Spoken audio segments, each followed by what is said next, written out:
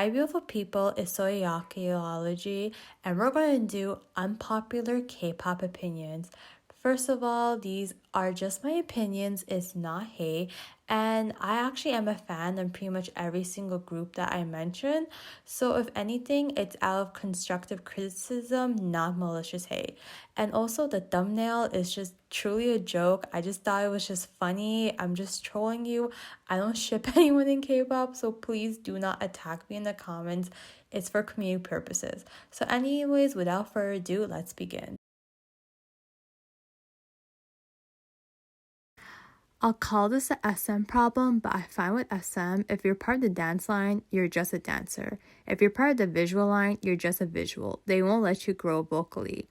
They'll either won't give you any lines or they'll force you to lip sync live while the vocal line sings live, which limits their singing ability. And Kai was the embodiment of this problem. Over the years, SM would treat him like a sub-rapper or his lines were just him talk singing. We never really saw Kai's true potential. So when I heard his solo was coming up, I was thinking, what will he do? Will it be some sort of mixtape? But then he releases and I fell in love. It reminds me of the early 2000s R&B like Usher, and Kai can excel in this genre. He has the dancing and his vocals is very sultry, so it complements it. Therefore, Kai had the best solo debut because I truly had low expectations of it, but I'm completely blown away by what he did, and I cannot wait for more. Whereas with Chen, Baekhyun, and my bias Suho, we kind of knew what to expect because during EXO, SM treated him like vocalists. Also, other than Baekhyun, Kai's solo was pretty different from the best. So that's why I love it because it's just very unique. And right now, I need that sexy R&B music back. It completely disappeared in the 2010s. So I want to thank Kai for bringing that genre back. And Kai, if you're watching this, please plagiarize Usher's music. Please and thank you. Since the beginning, I always thought EXO's rapping was pretty good. Chanyeol has a good flow and delivery, and they really improved over the years, especially in tempo. Their flow and delivery was impeccable. Initially, I would rank debut EXO as average rappers, so as 75%, but they really grew and improved into the above average rappers ranking, so at an 83%. Before people come at me, this was my Spotify streams for 2020, and as you can see, it was mainly Got7. I know people will say their rappers are foreigners, so of course it's not strong, but I disagree. So Rosé from Jin and Ju's fourth language is Korean, and she can freestyle in Korean extremely well. Anyways, I find Got7's rappers focus too much on style and not the most important parts of rapping, which are delivery and flow. This notion's best seen in Jackson's rapping. I remember when I first heard his rapping, I thought it was so weird because in interviews, his voice isn't that deep. Yet when he raps, he sounds like a chain smoker or an angry truck driver. In a weird way, he's like the male Momo, as they're both JYP idols who have to fake their voice. Another case is that their rap verses aren't well written, so it doesn't deliver well. Either way, I do think since they escaped JYP, perhaps their rap line can now rap and write the way they want to, so it could improve. But honestly, I think Got7 would be much better as a vocal group. I love Jackson's song LMLY, and you don't need a rap verse to succeed. If the rap doesn't fit well with the song, it can actually ruin it. Plus, Got7's strongest suit is their R&B songs like If You Do You, Calling My Name, etc. So I hope that they make songs that fit their style because it really showcases their strengths the best. Overall, I just don't think their rapping is good and it just doesn't enhance the song in any way. If I would rank them, they would be under the average rapper ranking, so at a 70%. Since Just 2 eliminates the whole rappers problem, that's why I prefer their songs more, and it's just such a beautiful R&B piece. I just hope in the future K-pop will move past the whole if you have a deep voice you must be a rapper, because there's so many idols who have a deep voice like V and Yuki.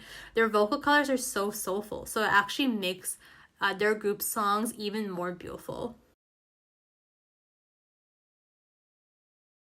Look, if you're a rookie, I somewhat understand why you might comply with your company in not apologizing because you're still new in your career and you don't want to mess it up. But with senior idols, you absolutely have no excuse.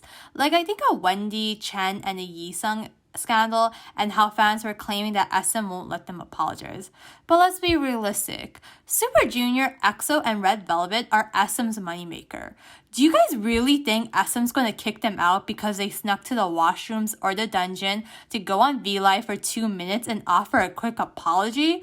What do you have to lose? Plus, even if you do get punished, because I have heard common K-pop punishments is less lines for a future comeback, deal with it. From an ethical and moral perspective, if you hurt a lot of people with your words or actions, it is your responsibility to make amends for it.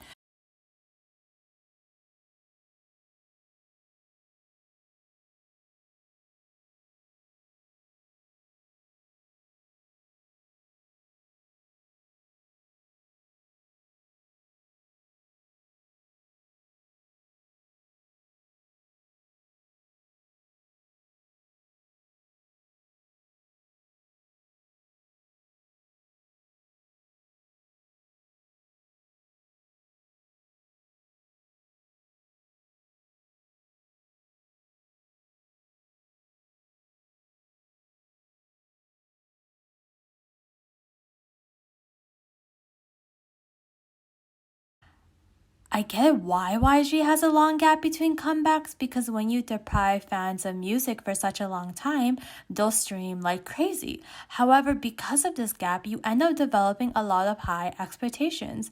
So when How You Like That was released, I liked it, but I felt I wanted more and it was anticlimactic. But when I listened to it again a month later, I absolutely loved it. So basically, the Blackpink problem is that even if Blackpink music is really good, because you accidentally develop these high expectations as a result of this gap, you think their music is bad when it isn't.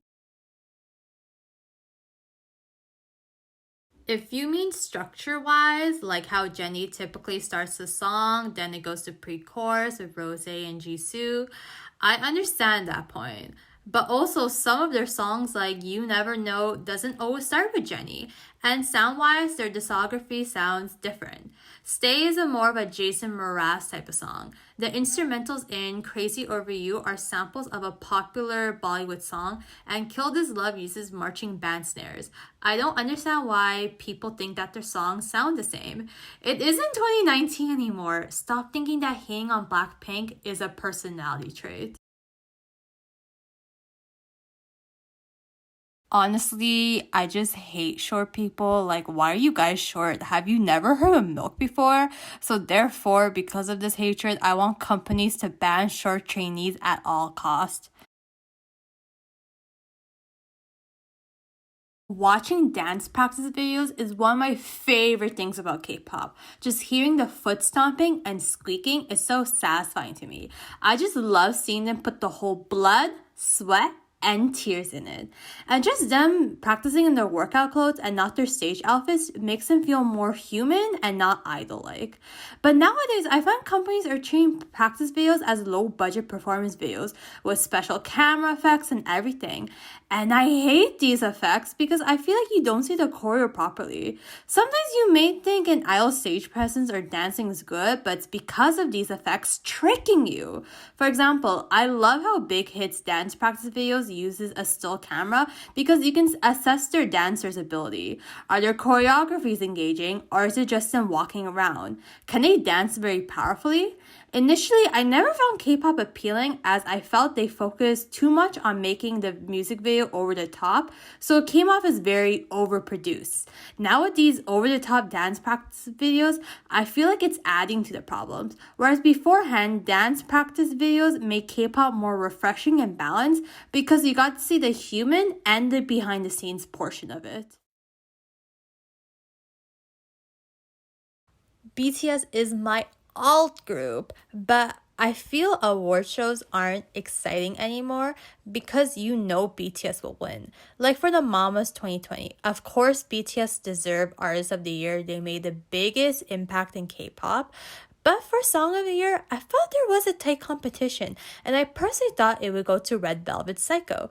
But of course, BTS won. It's not really BTS' fault, they deserve the success, they worked for it, but the award shows kind of lost the spark now. There's no adrenaline anymore.